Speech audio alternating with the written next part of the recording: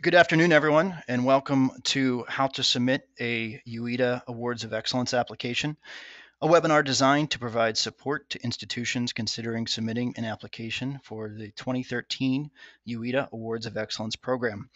My name is Tim Hines, and I'm the Marketing and Communications Director for UEDA, and I'll be serving as your MC for today's webinar.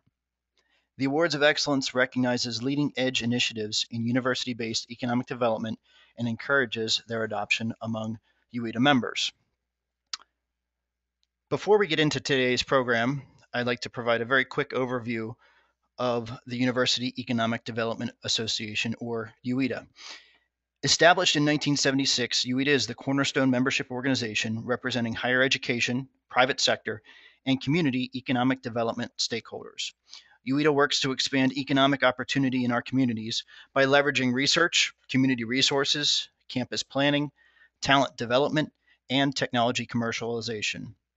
UEDA's mission is to serve its members by enhancing members' ability to deliver economic development benefits through engagement with higher education. Our core members are universities, as well as institutions of higher education. However, we also include economic developers and for-profit businesses in our membership base. For more information on membership or the organization of UEDA, please visit our website at www.universityeda.org. And now, without further delay, I'd like to introduce today's panel of presenters. First, Jenna Hurd. Jenna is a research associate for the Institute for Policy and Social Research, IPSR, at the University of Kansas, and co-investigator for the KU EDA-funded University Center, which is a partnership effort between IPSR and the KU Center for Entrepreneurship in the School of Business.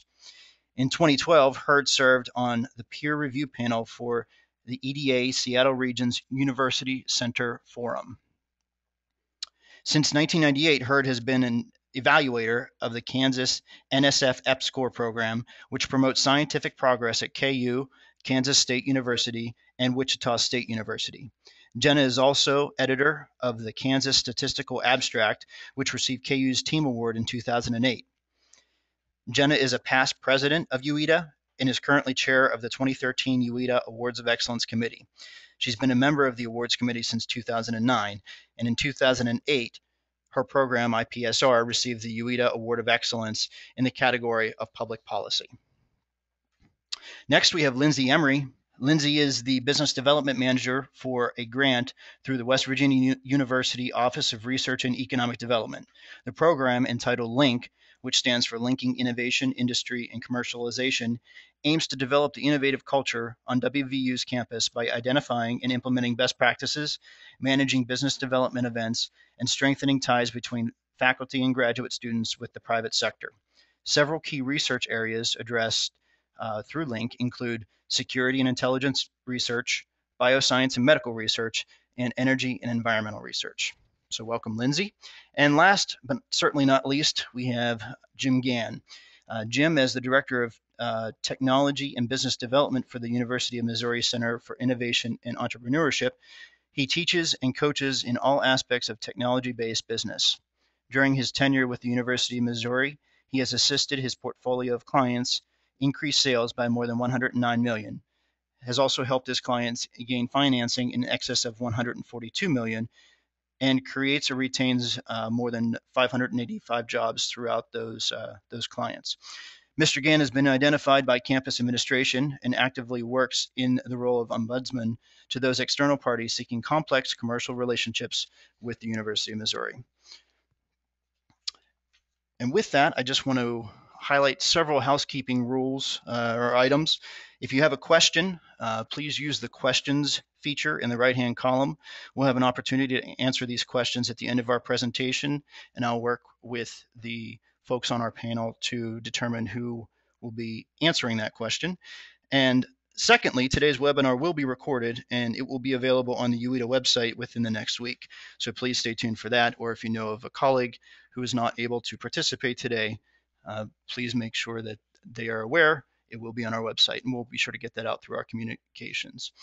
So without further ado, I would like to toss things over to Jenna. So Jenna?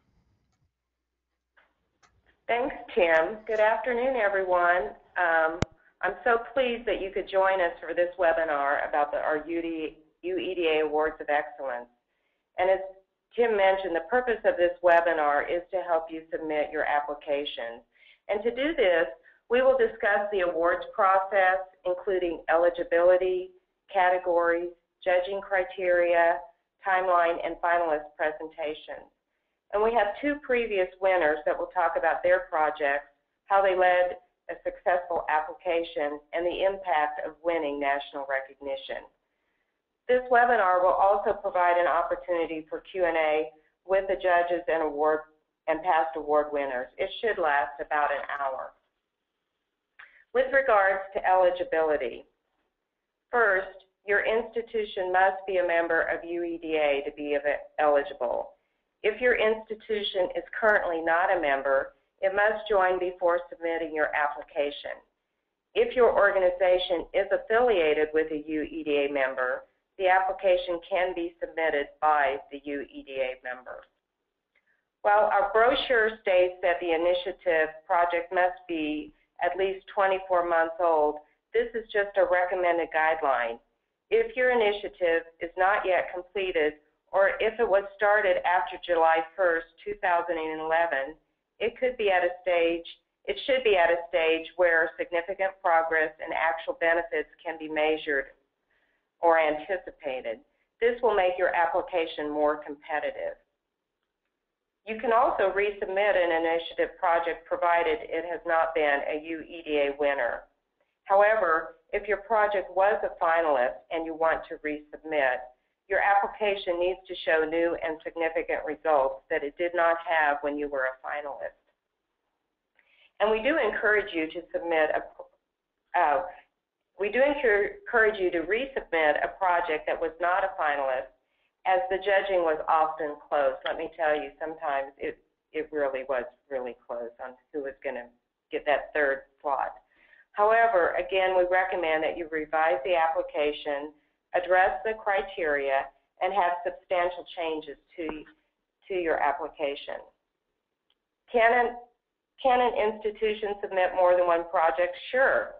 There is no limit on the number of projects that you can submit, just on the length of your application. UEDA has 5 award categories, and they are listed on the slide.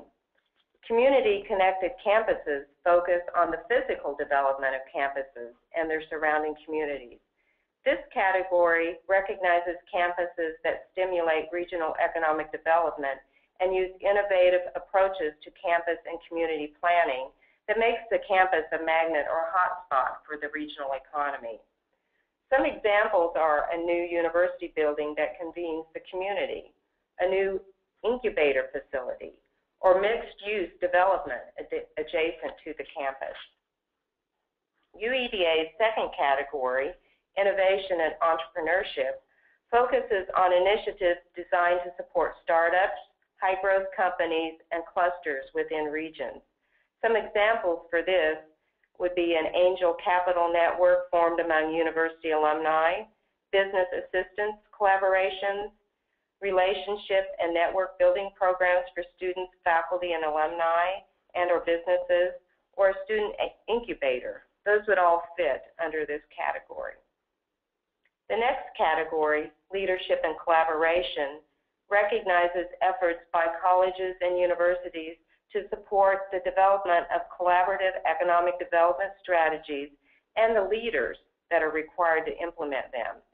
Some examples might be a regional strategy led by a university, or leadership training that provides students with experience leading community conversations.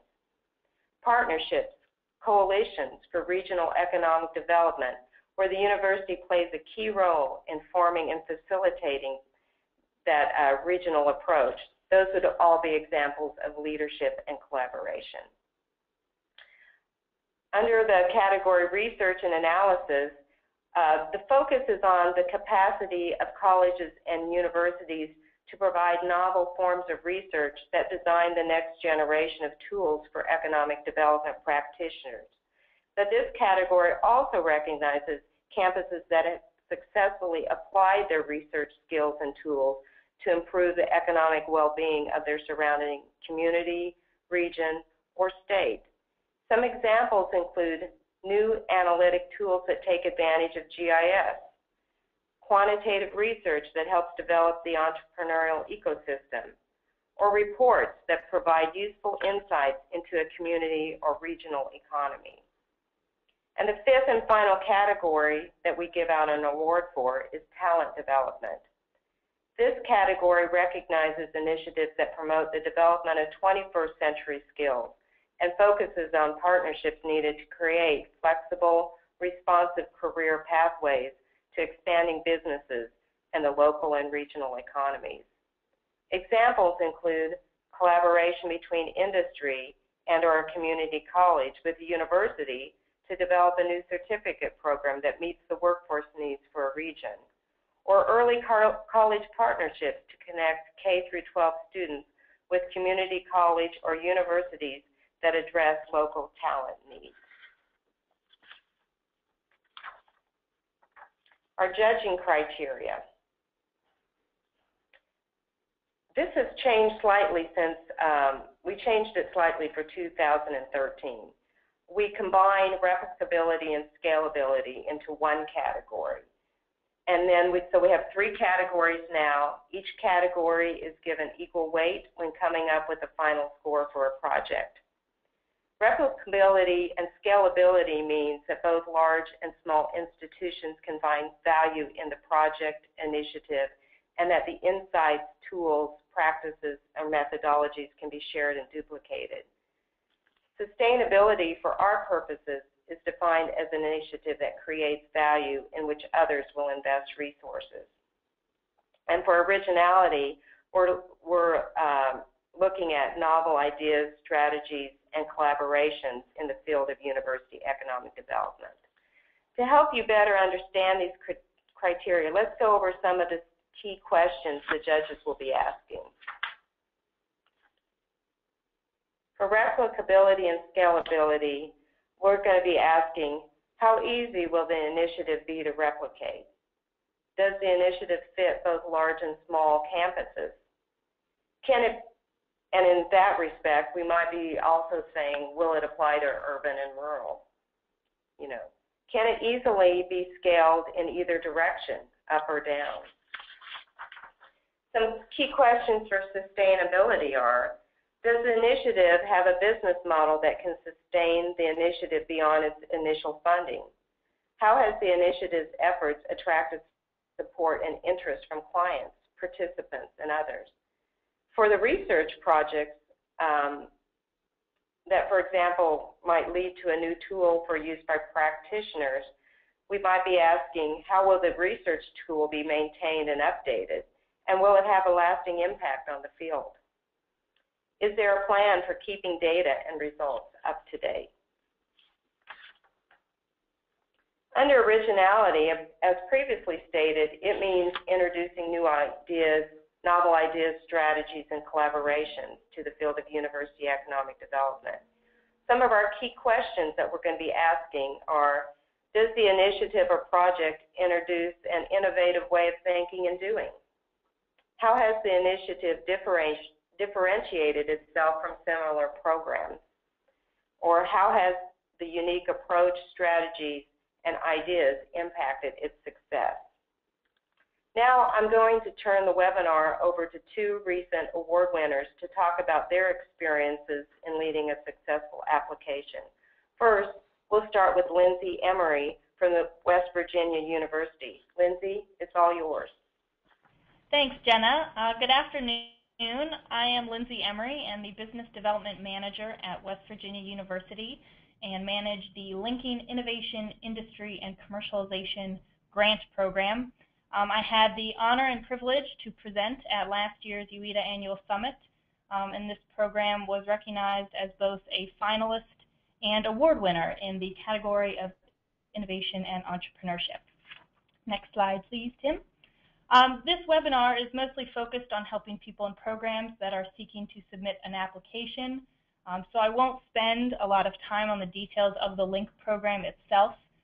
If you're interested in learning about LINK and reading through the content of the finalist submission paper, you can read that in the webinar archive that is available on the UEDA's website. But to just go over it. Tim kind of mentioned it before.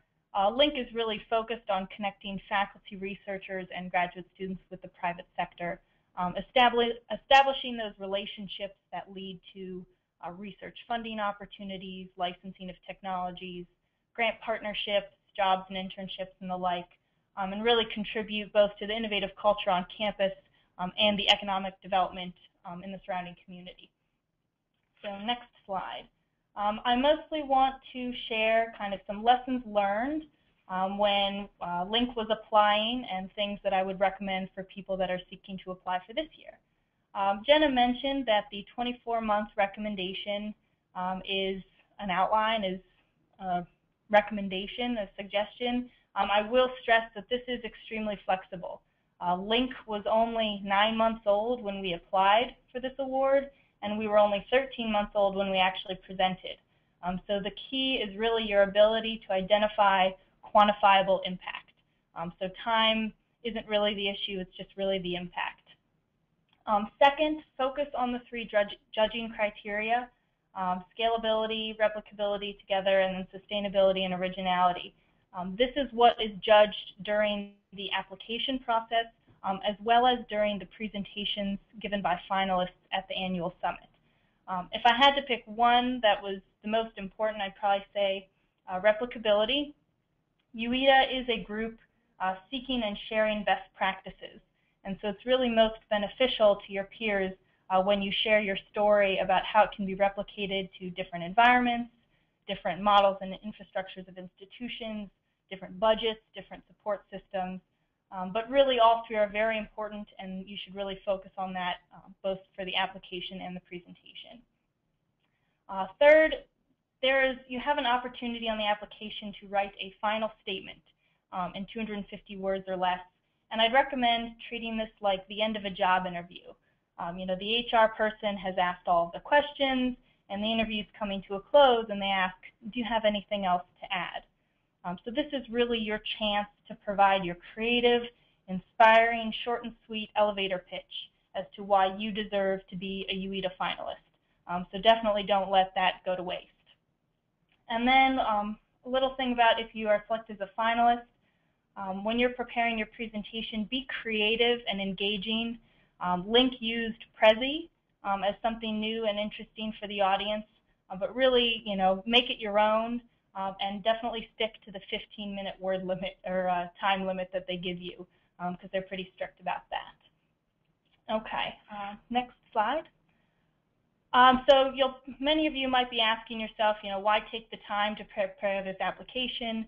You know, there's no fee attached to it, so it's really just your time that you're putting into it. You know, what's in it for you? So I just want to share some advantages and outcomes that LINK, WVU, and myself all benefited from, both from just participating in the summit itself and in this whole awards event. First and foremost, it's an opportunity to showcase the success of your program. You know, if there's something you're really proud of, you know, this is your time to brag. This is your time to say, hey, this is what we've done. We've, you know, used these resources and we've had this sort of impact, and we want to be able to show it off to our peers. And depending on, you know, being selected as a finalist obviously validates the quality of the program. And that helped, you know, LINK tremendously. You know, it's one thing to hear positive feedback from those that participate in our events, the faculty and the students and the private sector representatives, but really hearing from your peers that, you know, live and breathe economic development to say, hey, you know, you guys did a really great job, really helps the third part, establish greater visibility on campus and externally as well, and get more people involved to show, you know, this is truly a credible program that deserves some attention. It's also helped LINK collaborate more with groups on campus. We now have partnerships with Graduate Education and Life, graduate enrollment, and really helps expand the program and link with existing programs and tools that were on campus that really wasn't an opportunity prior to this experience. And then, of course, you know, interacting with and learning from university peers around the country. Just attending the annual summit. Even if you aren't selected as a finalist, I'd strongly encourage you to seriously consider attending. It's an opportunity to hear new ideas from across the country, but also, meet and chat with people that run into the same obstacles, and see what they might have done a little differently to overcome it. UEDA does a really great job of offering diverse panels, speakers, and finalists that really all contribute to the focus of university-based economic development. So I'd strongly encourage everybody to attend. And then, of course, the immediate outcomes from receiving the award itself. First and foremost, LINC confirmed sustainable funding from the WVU administration, which is always a positive thing that we're now sustained through fiscal year 2014 that we're really excited about. And second, we were able to justify hiring an additional staff member. So we actually doubled our numbers. We went from 1 person to 2 people. And so that really helped, the whole credibility, validation, helped get our foot a little further in the door here internally at WVU. So that's everything on my end. I'm going to pass it on to my award-winning colleague, Jim Gann from University of Missouri. Jim? Thank you, Lindsay. I will just second everything Lindsay said regarding all the positive benefits of winning, in that many of the things she expressed, we certainly experienced ourselves, and have had visits from both our state and federal delegations to come see what we're doing with our project. So for my time with you today, I'm actually doing something a little different. Rather than process, what I thought I would do is show you the bulk of the slide deck that I used to present with. And last year, we were very fortunate and very honored to win the Community Connected Campus Award for our project, which is the Kemper Redevelopment Project. And I'll give you a little bit of context first, is that the Kemper Redevelopment Project is a project where we were asked, our center was asked by the community of Boonville, Missouri, which is about 25 miles from our flagship campus. They needed some help in dealing with the situation, and the situation was that a former military school campus that is within that town and comprises of about 50 acres in the center of town had gone bankrupt about 10 years ago. The city purchased the property for use as parkland, but meanwhile, all the buildings had been deteriorating, and they really didn't have a plan of what to do next. So what we acted as is the catalyst for stakeholders to come up with a plan, and then we did our part in assisting them in implementing the plan, and had some really early success. Slide 10. So how I talked about this project was first about talking about the community. So the Boonville community is one that is very rich in its historic roots. It's a town that is very much concerned with its sense of place, and as evidence of that, they have a huge number of folks that are a huge number of structures within their community that are on the National Registry of Historic Places. Like many other places in the Midwest, though, its economy had made the transition from agriculture to manufacturing. They've had some success in transitioning their economy to tourism, but are really suffering the effects of the decline in manufacturing. Slide 10. So the community found itself in tension, and that tension was that it's very committed to the past and sees that as very important, and yet they had this hole that was in the middle of their community that was the former Kemper campus. The Kemper campus was a military school that was established in 1844 and has some pretty notable graduates, but the campus went bankrupt in 2002. It was purchased by the city in 2003, and when it closed, and this is probably the most key point that was raised during our visioning process with stakeholders, is that, slide 10, is that the lack of local access to higher education was probably as critical a loss as the declining property. So what we did is our office used our ability to gather people together, and we facilitated a community visioning process that came to the conclusion that this campus needed to be restored as a center of learning within the community. And so we wanted to solve a number of problems, so not the least of which was the campus itself and its deterioration, but we worked through this vision of an ad hoc educational center where the recreational facilities, housing, library would all stand on its own, and we could have ad hoc education providers that could be responsive to the community as needs changed over time. Slide, Kim. So what emerged was the vision that would relocate the regional library to campus, use the existing YMCA in the parkland, and then bring in a group of educational offerings on kind of an ad hoc basis. Well, we were very successful in the recruitment of a community college to as the first tenant in this vision, and State Fair Community College, which was located from Sedalia, Missouri, a town of about 45 miles away.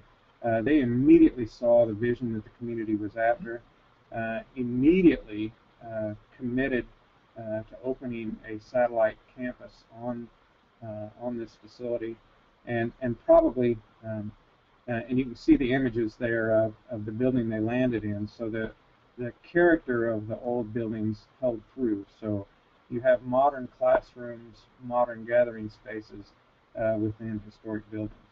Slide, Kim. So in an overt pandering to the audience, when I made the presentation, I personalized the story about Susie. Susie was a young woman who didn't have access to higher education, but was able to have education because of this project. And then you can get another slide, Tim.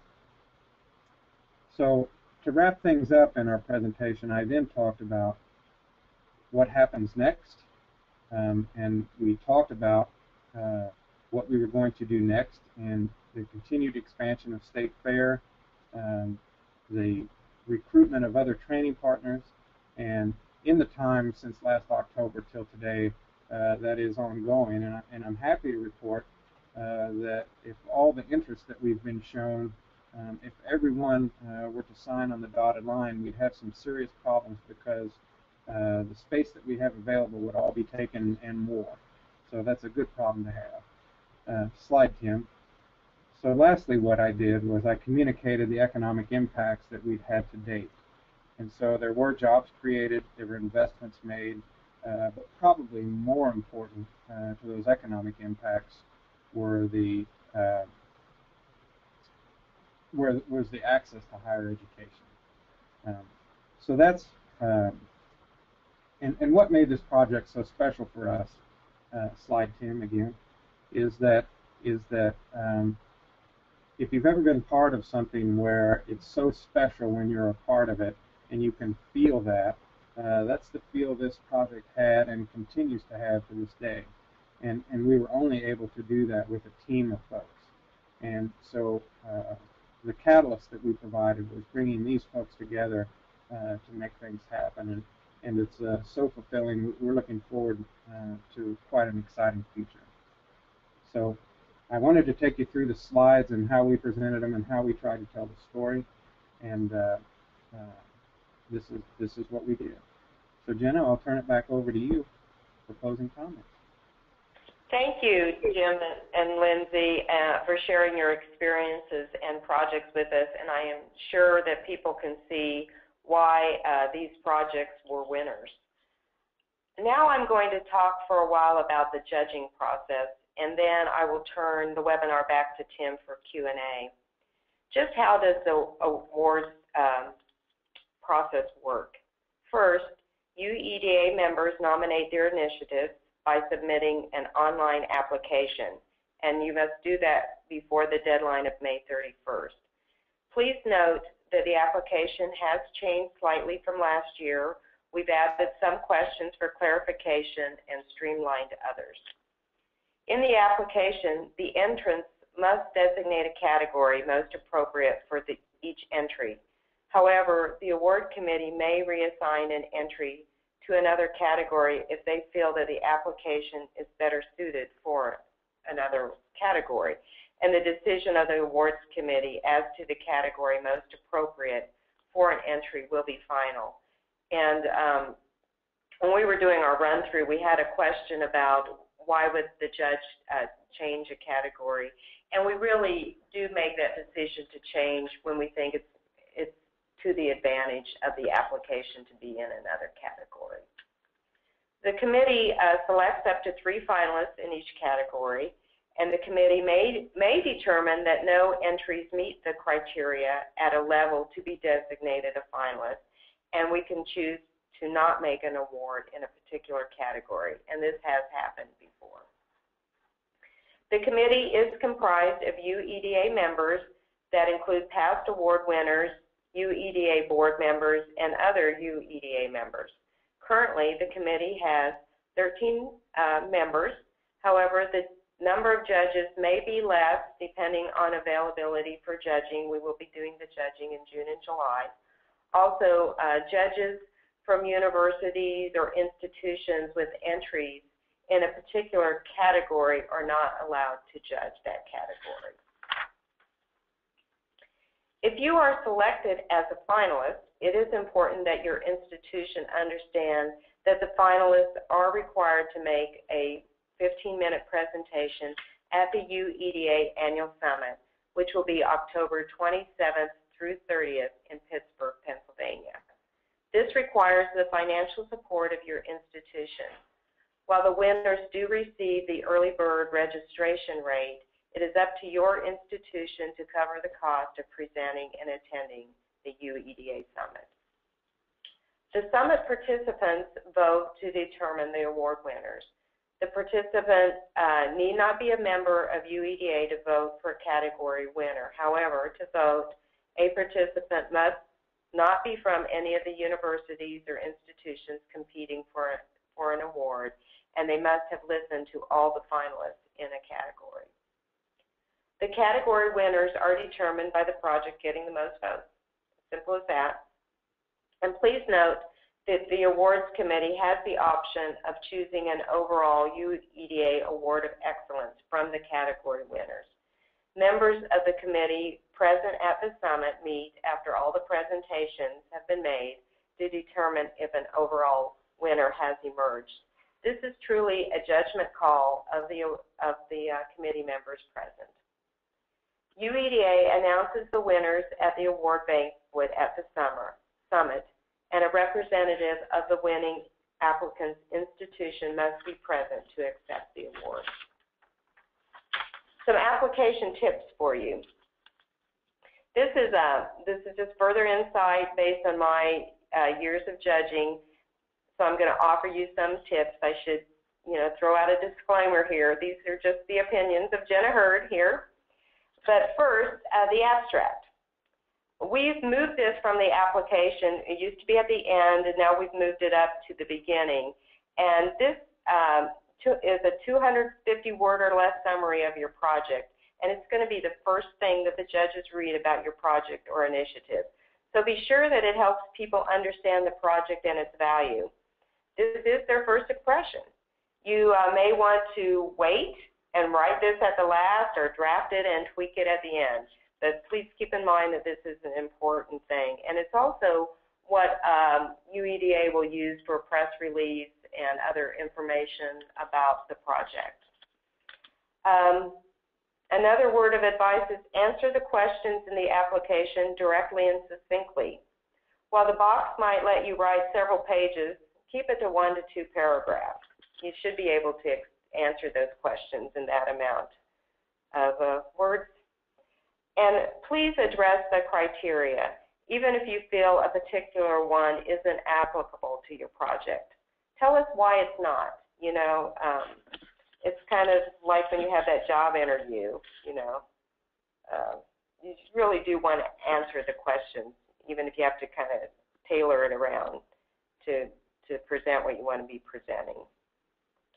If your project really has no economic benefits or impacts yet, Talk about the anticipated ones, or why these can't, or why it might be hard to measure your impact. But don't not address it. As some additional information, the application this year, in lieu of downloading additional materials, is giving you the option of adding additional thoughts or information about your project, and Lindsay spoke very eloquently on that in her presentation. That has a limit of 250 words or less. Use this to mention something about the project that the application didn't address, but you think is important for the judges to know. Or use it to restate why your project is the best practice. You can use this part of the application to link to a website or to a report, but don't expect the judges to read a lengthy report. Recognize they might read an executive summary. However, know that they will check these links for legitimacy to your project. So if you're going to include any links, make sure that your links work. Some closing thoughts before I turn it back to Tim here. Why should you submit an application? What is so unique about the UEDA Awards? Why is this worth your time? And I actually think that Lindsay and Jim answered that, but I'm just going to restate a little more of the obvious. It gives your institution the opportunity to highlight and showcase, something that they're proud of, their leading edge initiative. And what makes it so unique is their peers consider and vote on the awards. And let me state that again. Your peers evaluate your work, the judges are your peers, and then your peers vote on the winner at the summit. So the awards, they're also used by UEDA to promote best ideas to its membership, and they do this at the summit, on their website, and through press releases. It's also a great experience, the summit presentation and competition. It allows you to have interactions with colleagues interested in your work. You are adding to the body of knowledge about best practices in university-led economic development. The finalists and winners are ambassadors, so to speak. They help spread the word about their good works on their campuses, and they contribute to the improvement of university economic development practices. It's an excellent opportunity for your organization to win national recognition and maximize local impact. So please show us your best stuff and apply for a 2013 award, and do so before May 31st. And now, Tim, back to you for some information about the summit and then questions and answers. Thank you, Jenna. As you can see, our quick link to the awards program on the university website, or University EDA website, is at awards.universityeda.org. So that's where you can find all things related to the University Economic Development Association's Awards of Excellence program for this year. And that's also has the links to the applications and whatnot. And also, as you've heard, we will be expecting finalists to attend our summit in Pittsburgh, so a quick pitch for that. The Awards of Excellence finalists will be presenting, and that will occur during the summit, which is October 27th through the 30th, 2013 in Pittsburgh, PA. Each year, thought leaders from across our domain convene to share ideas and best practices in university economic development, and this is known as the UEDA Annual Summit. In addition to sharing best practices through the Awards of Excellence program, participants at the Annual Summit will build a learning network of colleagues to spot opportunities for faster and develop partnerships faster. They will share success stories and lessons learned with economic developers from colleges and universities nationwide, and gain the latest strategic insights on the roles of colleges and universities in economic development. So we encourage you, please save the dates now. Registration for the annual summit will be activated shortly, and you can find out more on the UEDA website or directly at uedaannualsummit.org. And with that, Before we begin our questions, I'd like to thank Jenna, Lindsay, and Jim for joining us today, as well as their respective institutions for allowing them to share their time with us today, as well as serving as co-conspirators on the committee. And we appreciate their support and help. So the first question that's here is for Jenna.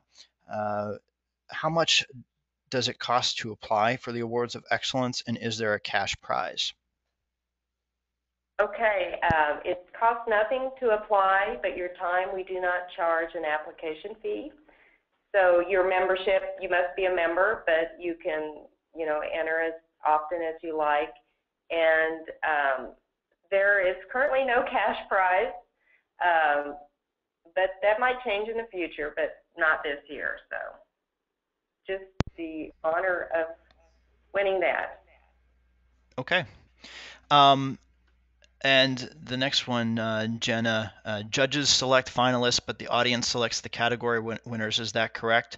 Or is the final decision made of both audience input and judging? What are the percentages of how those are judged and weighted? Okay, that's a good question. The judges do select the finalists, and it's an equal weighting of the three criteria. And but the category winner is based on the voting.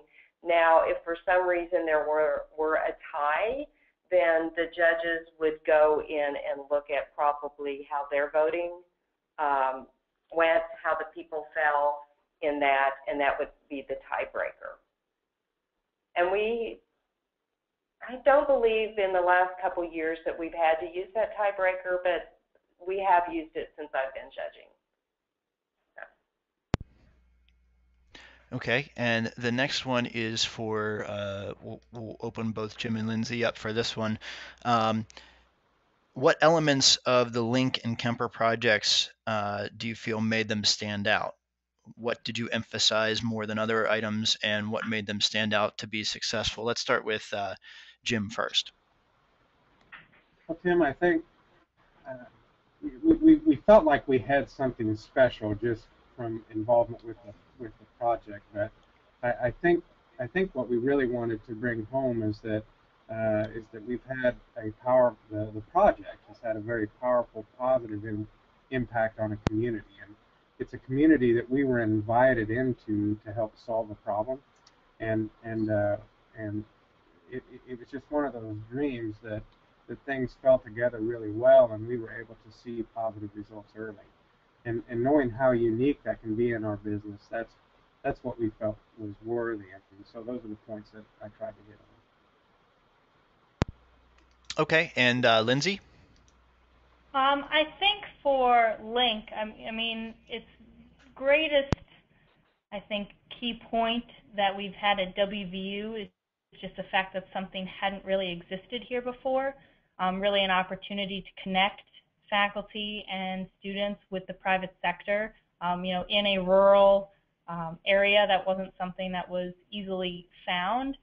So we really wanted to showcase that. And so in terms of the originality criteria, we talked about how while it wasn't really unique, the model and the structure could easily be replicated and scaled to other things, which was obviously an appeal, but it was really the implementation.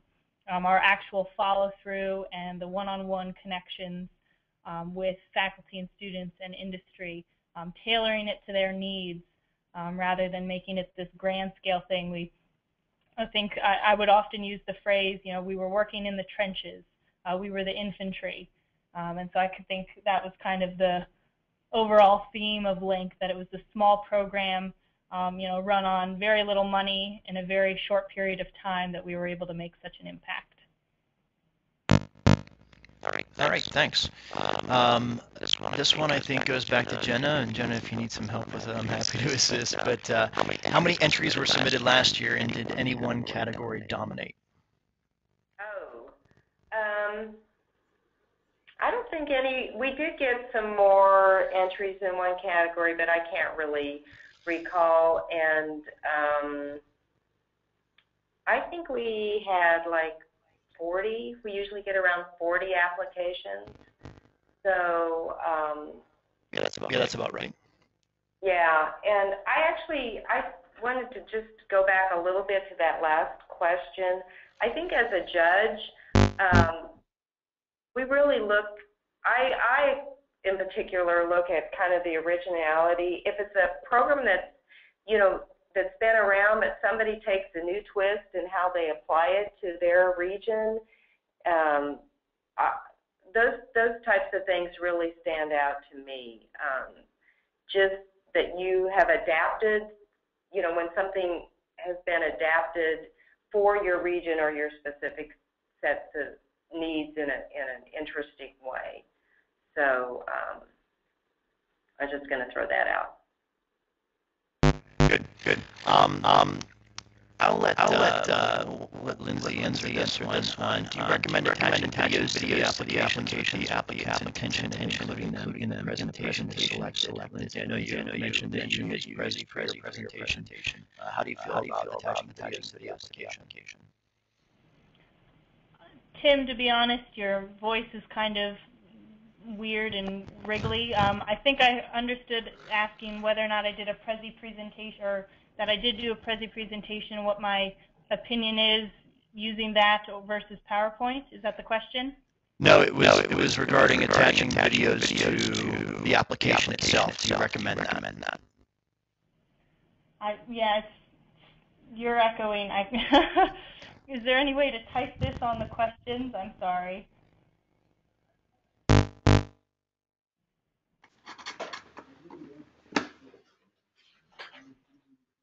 How's that? Is that better?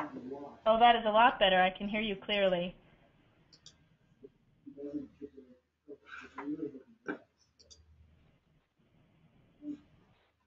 If you wouldn't mind repeating the question. My apologies to the people listening.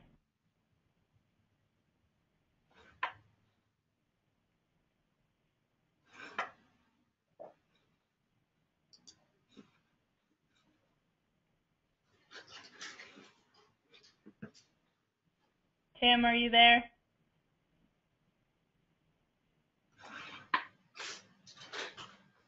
Lindsay, can you hear me? Yes, I can. I think we might have lost Tim.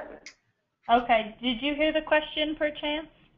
I think he asked what was innovative about your approach.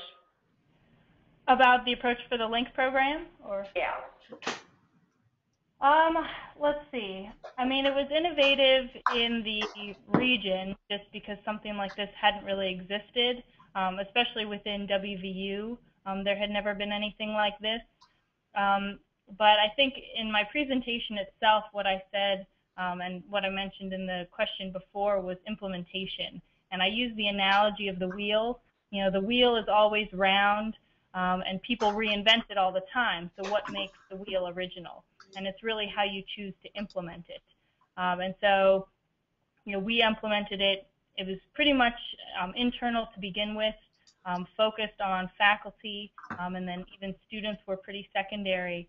But it was connecting our faculty researchers to the community outside, to the industry representatives. We were not geographic specific in that respect. We went all around the country, you know, having people fly in from California and Michigan, Georgia and Maine to participate.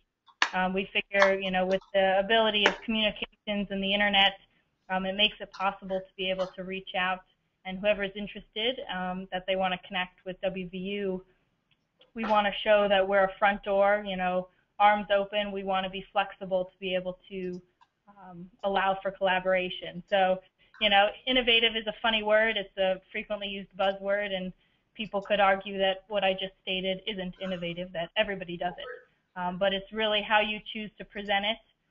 You know, participating in UEDA is, you know, really showcasing the program itself. So I would just recommend that, you know, you can define what makes your program innovative, and nobody should be able to tell you otherwise. And, you know, as long as you are able to, you know, quantify your impact and, you know, share what it is that you were able to accomplish and what you anticipate. You know, LINK is still growing. We're still working on, you know, improving the numbers in terms of the, you know, outcomes. A lot of them are anecdotal, but we understand, you know, the whole point of the program is to build that foundation. So, people shouldn't be discouraged thinking that what they have isn't innovative or original, because it's what you make of it and how you choose to define it. So I hope that answers the question. I apologize again for not being able to understand Tim. So. Can you hear me now? Yes, we do hear you now. Excellent. Yeah, something happened with my headphones. Not sure what happened, but I appreciate you all carrying on without me. How about, and the question before I started echoing was about attaching videos to the applications. Is that something that you recommend? Oh. But your answer was still great. At all. I don't. Jenna might be able to answer that question. Attaching videos are fine. You need to make sure your technology works. I recommend you doing a run through at the hotel and having a backup plan if your video doesn't work, or some slides you can throw in on the end. But it has to still, that's part of your 15 minutes on your presentation. If you go in under 15 minutes, let's say your presentation is only 10, but you've been allotted 15, then you get some Q&A time right after your presentation, which can be actually more helpful than all the Q&A at the end. So that's another thing to keep in mind if you are short, if you don't run over your time. Okay, and this, I have two more questions here. If anyone else has any, you can type them in. This one's a pretty good question. Can non-university project partners apply for the Awards of Excellence program? And if so, are university partners given greater weight in the judging process than a non-university partner? No, I think it's the role. Well, it is university-based economic development, but so your project has to have university partners,